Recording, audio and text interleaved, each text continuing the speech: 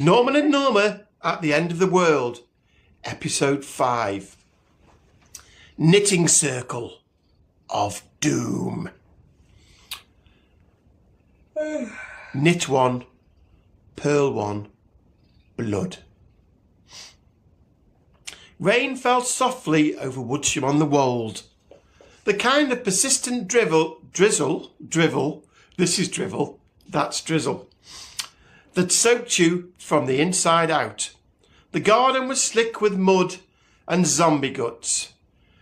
And inside the cottage, the comforting click-clack of needles filled the room. Norma sat in her favourite armchair by the fire, working on what looked like a modestly patterned scarf. But if you look closer, really close, you'd notice a glint of titanium reinforced yarn and a thin wire running through the cable stitch. Norman opposite her was rethreading the blade on a rotary cheese grater he'd converted into a weapon. "You know," he said, not looking up, "when I married you, I didn't realise you were in a bloody knitting death cult." "It was a competitive guild, Norma replied tartly. "Not a cult, though there was that incident in Dundee." "What incident?" She paused and smiled serenely. "Nothing important, but I'm still banned from entering anything under home crafts at the Highland show." Norman muttered something about violent purling and went back to his modifications. The alarm bell, a hollowed-out cowbell rigged with a bellows pump, gave a mournful clank. Norma stood immediately. "That's the west perimeter." Norman glanced at the monitor, a cracked iPad duct taped to a colander. They're back. Sure enough, staggering through the mists, came a new horde. This one slower, stiffer, and suspiciously well dressed.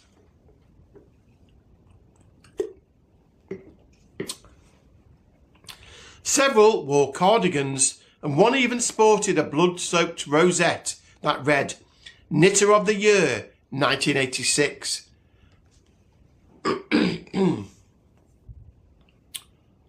Norma narrowed her eyes. "That's Sandra bloody Milbury." "Who?" "She beat me at the WI regional quarter-finals in 1995 with a triple cable booty set, but I knew she was undead long before the apocalypse." Norman reached for his rake scythe combo. "We're dealing with them in the usual way." "No," Norma said darkly, lifting a massive basket of wool. "We're doing it my way." 10 minutes later, Norma stood at the garden gate, wearing a full-body crocheted battle wrap, stitched in crimson and black. It was lined with fish hooks, spikes, and bells. On her belt dangled a length of weighted yarn bolas and a modified knitting machine on wheels, powered by an old exercise bike. She cracked her knuckles. Time for some string theory. As the undead knitters approached, Norma kicked the pedals and sent the machine whirring. Spools of yarn zipped out, tangling around zombie legs and arms, tripping them in elegant loops of merino and bloodstains. Sandra Milbury moaned and stumbled forward. Norman met her mid-charge with a flick of the wrist, whipped a circular knitting needle straight into Sandra's chest, where it slid between two ribs and pinned her cardigan to a tree. "Still think you're better than me, Sandra?" Norma growled. Behind her, Norman launched a basket full of yarn balls soaked in petrol and set alight, like a sort of pensioner's Molotov cocktail. Several zombies burst into flame, twirling in grotesque pirouettes before collapsing in smouldering heaps. Another reached for Norma, she turned and unleashed the yarn bolas, which wrapped around its neck and yanked it violently backwards onto the upturned prongs of a walker. The head popped off like a champagne cork. She grinned, blocked, and cast off. Norman took out one last zombie by stuffing a scarf down its throat, gagging it just long enough to shove it backwards into the compost bun, which promptly swallowed it with a wet squelch and a satisfied burp.